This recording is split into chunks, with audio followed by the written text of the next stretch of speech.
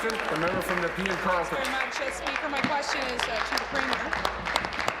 You only needed to go to a picnic, a walkathon, a bake sale, or a ribbon cutting this weekend to know that your government is in big trouble. No one believes your government didn't know everything about the gas plant cancellations, and no one believes your government has any principles left after delivering a made-by-the-NDP budget. You signed the memorandum to Cabinet on the cancelled Oakville gas plants, which either means you have not been telling the whole story or your competency is in question. Now that you have demonstrated your disregard for the public, proven you're not up to the job, and that you lost the confidence of the people of this province, will you put our PC confidence motion to a vote?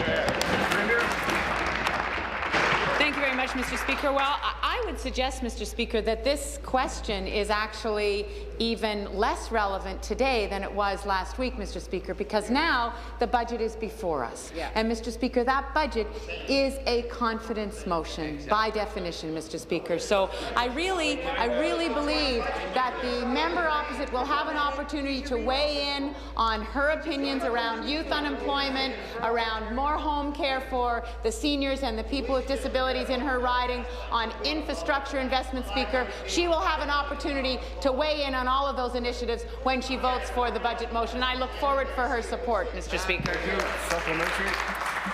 Big news flash, I won't be supporting that budget, haven't in my career, and I'll never support that government after the devastation that they have put across the manufacturing sector in this province.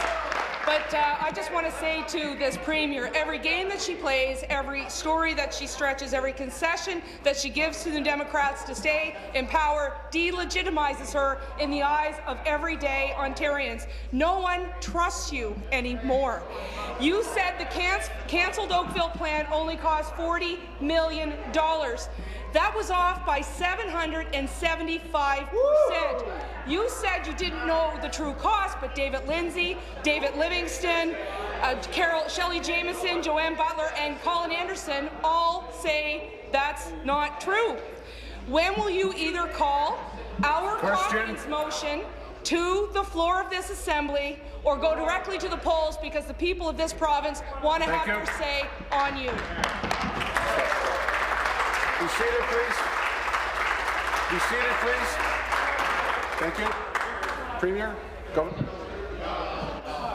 Speaker, should get a question. Mr. Speaker, I think we have all been impressed with the openness of the Premier.